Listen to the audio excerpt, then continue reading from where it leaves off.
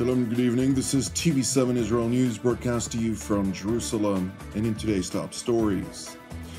Prime Minister Benjamin Netanyahu pledges to repel the Islamic Republic of Iran as it proactively seeks to annihilate the nation-state of the Jewish people. The United States is doubling down on efforts to reach a comprehensive cessation of hostilities on all of Israel's battle-ridden fronts. The IDF launched a significant aerial campaign against Hezbollah's financial arm, with dozens of reported strikes. The Islamic Republic of Iran has operated for years in an attempt to fulfill the pledge of its supreme leader, Ayatollah Ali Khamenei, to annihilate the so-called Zionist enterprise, which essentially stipulates the Jewish people's right to a state in their ancestral homeland. However, during a birthday celebration for Prime Minister Benjamin Netanyahu, the Israeli leader quoted his late father, Professor Ben-Zion Netanyahu, who asserted that the nation of Israel will repel the danger that threatens Israel's existence. מאיראן נשמעת ההבטחה שעוד זמן קצר יושם קץ לתנועה הציונית ולא יהיו ציונים בעולם. יש להסיק מכך שיהודי ארץ ישראל יישמדו. מצד שני, בולטת עמדתו של העם היהודי הסומך על כוחו הצבאי הגדול. עם ישראל מראה היום לעולם כיצד צריכה אומה להתנהג כשהיא עומדת בפני סכנת קיום. להביט עין בעין בפני הסכנה, לשקול בשלוות רוח מה יש לעשות ומה אפשר לעשות, ולהיות נכונים להיכנס למערכה ברגע שסיכויי ההצלחה נראים סבירים. יש צורך ויכולת של עמידה רוחנית שמחייבים את מציאותם של כוחות נפש כבירים. עם ישראל מגלה כיום לעולם שיש בו כוחות נפש כאלה, ובזה כלולה אמונתי הבלתי מסויגת שעמנו יעדוף את הסכנה המאיימת על קיומו, ובהבעת אמונה זו אני מסיים את דבריי. בהבעת אמונה זו גם אני מסיים. The remarks by Prime Minister Benjamin Netanyahu were made as Israel's defense establishment is at the height of preparations for a significant retaliatory strike against the Islamic Republic of Iran over the latter's recent blatant attack that included 181 ballistic missiles launched toward Israeli territory 4 weeks ago. And while Jerusalem's top defense official previously asserted that this strike on Iran will take the Ayatollah regime by utter surprise, the Islamic Republic is scrambling in a desperate attempt to dissuade Israel from unleashing upon it the full capacity of its offensive capabilities. ما متمرکز بر دفاع از منافع ملت ایران و همونطور گفتم قطعی بودن پاسخ ایران در صورت هر گونه شرارت و تجاوز بعدی رژیم صهیونیستی خواهیم بود. The main Iranian concern relates to prospects of an Israeli strike against the RGC's nuclear and energy infrastructure, with the Ayatollah regime filing a formal protest with the International Atomic Energy Agency, or IAEA, cynically insisting that Israel's insinuation may be illegal under international law. تهدید به تعرض به تأسیسات هسته‌ای کشور طبق اسناد و قطعنامه‌های مختلف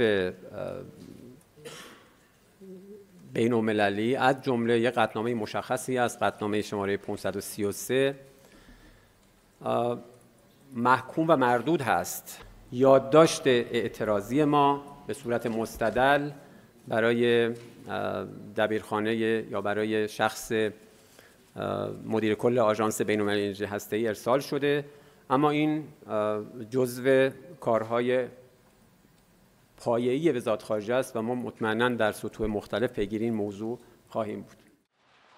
Despite losing all credibility with regard to the peaceful nature of Iran's nuclear program to include uranium enrichment at levels with little to no civic application, the Ayatollah regime continues to deceitfully contend that it is not interested in nuclear weapons proliferation. سیاست قطعی کشور این هست که سلاح کشتار جمعی در دکترین دفاعی ما جایی نداره. ما این سیاستمون مستظهر هست به یک دستور و یک فتوای خیلی مشخص از ناحیه بالاترین مقام کشور، بالاترین مقام سیاسی و دینی کشور، مقام معظم رهبری. بنابراین Meanwhile, U.S. Secretary of State Antony Blinken arrived in Israel today for extensive meetings with Jerusalem's leadership as the Biden administration continues to push for de-escalation on all Mid-Eastern fronts. Prior to his arrival, State Department Deputy Spokesman Vedant Patel highlighted the purpose of Blinken's visit. The Secretary will also underscore that additional food, medicine, and other urgently needed humanitarian aid must be delivered to civilians in Gaza. He will also discuss the need to reach a diplomatic resolution in the conflict between Israel and Hezbollah that fully implements UN Security Council Resolution 1701 and allows civilians on both sides of the blue line to return to their homes. And lastly, he will reaffirm the U.S. commitment to work with partners across the region to de-escalate tensions and providing lasting stability. It is important to highlight that prior to Secretary Blinken's arrival in Israel, Hezbollah launched a number of barrages of rockets toward northern as well as central Israel, claiming it attempted to target installations, including the IDF Intelligence Directorate. However, all of the incoming projectiles were successfully intercepted, and thankfully, no injuries were reported. Meanwhile, in Beirut, U.S. Special Envoy Amos Hochstein concluded separate meetings with Lebanese Prime Minister Najib Katti and Parliament Speaker Nabih Berri, during the course of which he stressed Washington's dismay with the causality of Hezbollah's aggression to Lebanon's public.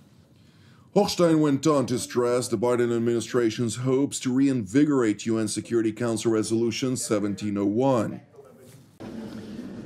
As President Biden said, our goal is a comprehensive agreement that implements UN Security Council Resolution 1701 and ensures this conflict is the last for many generations. 1701 was successful at ending the war in 2006, but we must be honest that no one did anything to implement it. The lack of implementation over those years contributed to the conflict that we are in today. The White House envoy went on to stress the importance of reinforcing the government and leaders of Lebanon to push back on Iran's unrelenting grip via its local Shiite proxy Hezbollah.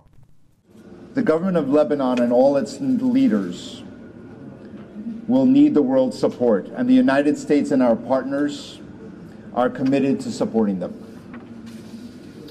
Lebanon's government can and should provide for all of the people of Lebanon, and to do that effectively, it will need to put its people's needs first. The world will stand by Lebanon and its leaders if they make the brave and the hard choices that are required at this time to benefit all of the Lebanese people. We're committed to the Lebanese people, and we are committed to Lebanon's future. And that's what I was here to talk about today.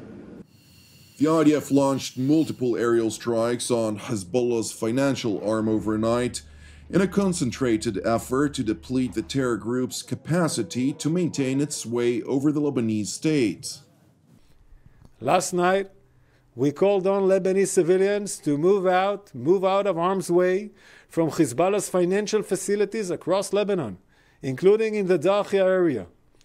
We published these warnings in Arabic, on social media, and also through other channels. The Israeli Air Force carried out a series of precise strikes on these Hezbollah financial strongholds. One of our main targets last night was an underground vault with millions of dollars in cash and gold. The money was being used to finance Hezbollah's attacks on Israel. This vault was deliberately located under a residential building. Our strikes will degrade Hezbollah's ability to finance its attacks on Israelis. Admiral Hagari went on to unveil newly declassified intelligence regarding an underground bunker which Hezbollah dug under Al-Sahel hospital in the Dahia neighborhood of Beirut and in which the Iranian proxy stores hundreds of millions of US dollars. I'm calling on the Lebanese government, Lebanese authorities, and the international organizations. Don't allow Hezbollah to use the money for terror and to attack Israel. The Israeli Air Force is monitoring the compound, as you can see. However, we will not strike the hospital itself. I want to emphasize, we are not at war with the people of Lebanon. We are at war with Hezbollah. And we will continue to operate against Hezbollah so that the residents of northern Israel will be able to return to their homes in safety and security. Thank you for watching TV7 Israel News. I would like to encourage you, pray for the peace of Jerusalem and salvation of Israel. Separately, if you're blessed by our productions, which are exclusively donation-based, please consider supporting our programs with a donation. You can do so via our website at www.tv7israelnews.com. I'm Jonathan Hessen, wishing you a Chag Sukkot Sameach ve'erev mevorach, and God willing, we'll see you during our next update. Until then, Shalom from Jerusalem.